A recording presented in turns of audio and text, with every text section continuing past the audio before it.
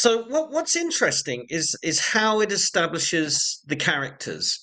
And I think every character's introduction reveals a lot about their character.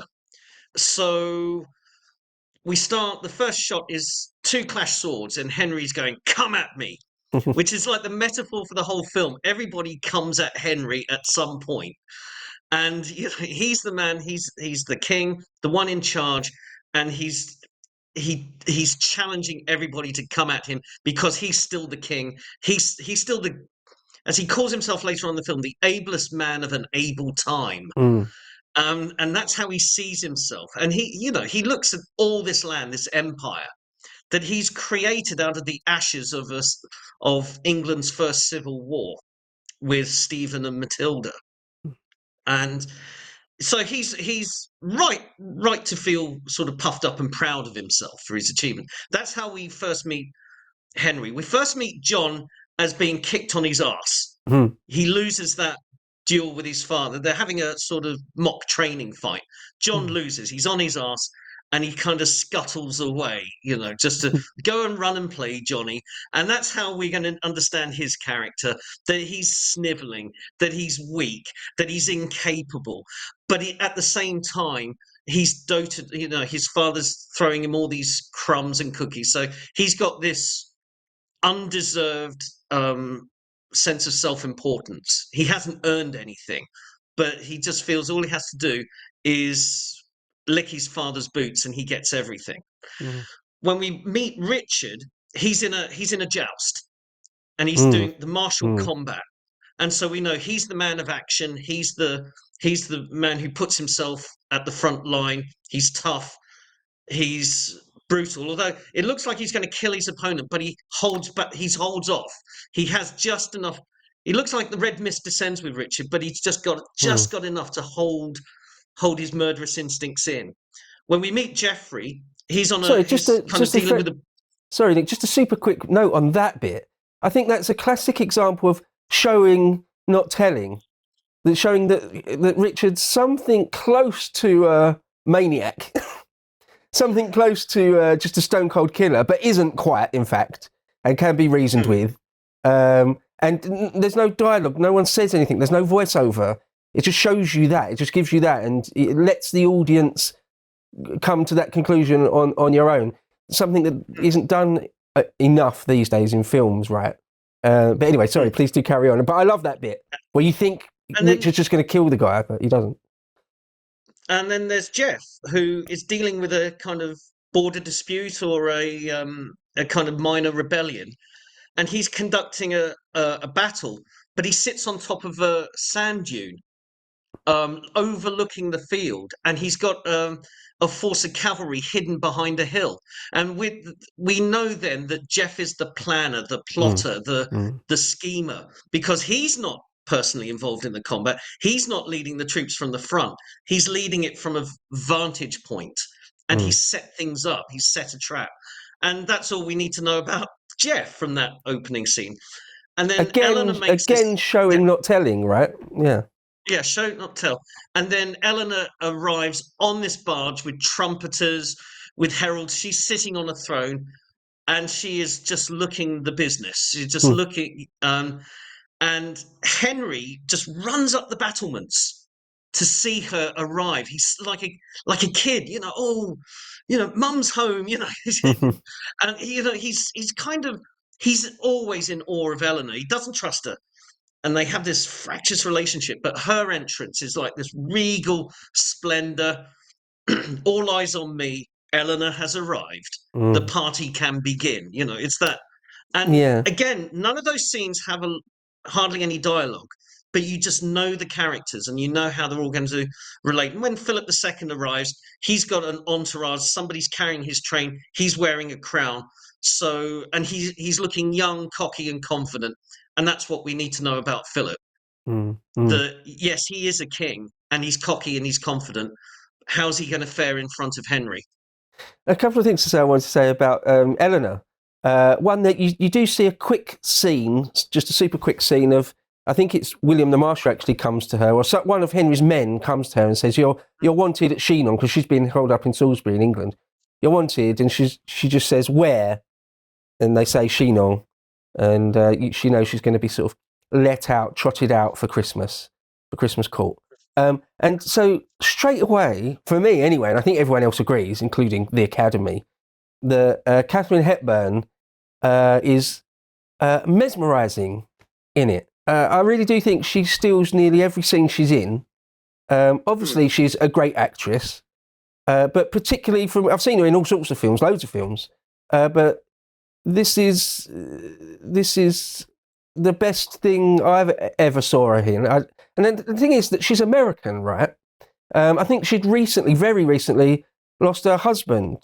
Spencer Tracy had died, like just a few months before they shot this. So I think a lot of her sort of sadness and things is quite real. But no, she's American, but she's got that extremely unique accent and voice, hasn't she? She's, I suppose, she's basically very posh. She's like the poshest an American can be. You know, she was very rich and aristocratic as far as Americans are. How dear of you to let me out of jail. And so it doesn't stick out as just like, you know, a New York accent or anything, or an LA accent. She's got her very, very own voice. Yes, well, she's from New England, so the accent's very different from standard American drawl. And she had the theatrical background before moving to Hollywood and becoming a big star, but she always specialised in playing socialites. That was the thing, sophisticated women. And she'd had experience of coming over to the London West End and performing plays in London. And she did visit the UK quite a lot in her lifetime. So there are certain actors from that golden age of Hollywood who emerged in the 1930s and 40s. And it's interesting to see once they reach 50, how they're going to handle their careers, because in the 60s, that whole new wave of filmmakers come along. The actors are getting the younger actors like O'Toole and then eventually Anthony Hopkins. They bring a different kind of acting dynamic to things and the filmmaking is different. It's kind of more explicit. And how do certain actors handle their careers past the point of 50? And she does it extremely well in The Lion in Winter. She can hold her own in a kind of new style of filmmaking with a new generation of younger actors who are just absolutely snapping at her heels. I would say Burt Lancaster was another one. Jack Lemmon's another one, that they can move into the 60s, 70s, and 80s and adapt their acting styles to the new style of filmmaking. And she's one of the ones who can, you know. But I mean, the other favourite film of hers that is The Philadelphia Story, 1939, with Jimmy Stewart. Very sophisticated, again, sharp dialogue, but it's played for laughs. That one, but it's she can go from being very glamorous for a 12th century noblewoman to being kind of dishevelled and bedraggled in certain scenes. See, it's probably a flawless performance. And again, her accent, because it was, I think another classic actor who could come to Britain and blend in was Gregory Peck, who has a kind of like toned down American accent, quite rich, and doesn't clash as like overtly American with the British cast. And Hepburn has that as well. Absolutely. Sometimes they call it sort of mid-Atlantic, but just, you know, New England, well-to-do. You like to say, it hasn't got a strong American drawl to it. Absolutely.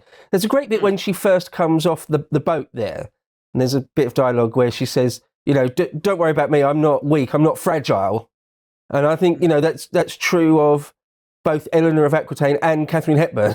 And as you say, she's in her early 60s and still good looking. And you can obviously tell that she was obviously extremely beautiful as a younger woman.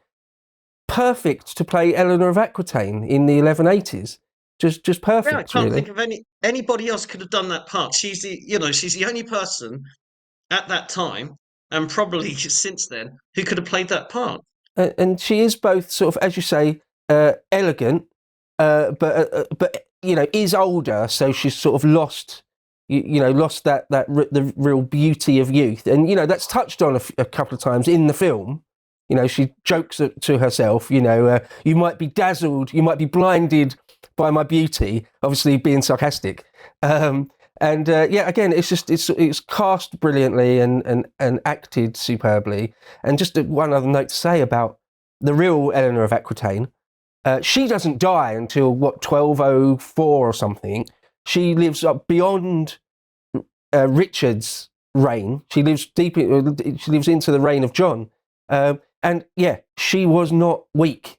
She was extremely strong. I know it's a bit of a cliche these days to have a strong female lead or, a girl boss, all that sort of thing. But if anyone really was, it would be Eleanor of Aquitaine, a power in her own right, an heiress in her own right. Didn't really take any crap from men ever. I mean, quite remarkable for the 12th century, really quite remarkable. I think there's a line that when Henry II did eventually die in 1189, and Richard basically immediately let her out of prison, the accounts say something like, I think maybe even the marshal personally went and let her out, and the accounts are that she seemed entirely unbroken. That experience of being in prison for ages, 15 odd years or something, she'd been in prison. It didn't break, and she's older now. She's definitely in her late 60s or even early 70s by that point. It didn't break her. Absolutely remarkable woman. So yeah, to have Kate Hepburn play her was it's just superb. To watch the full video, please become a premium member at lotuseaters.com.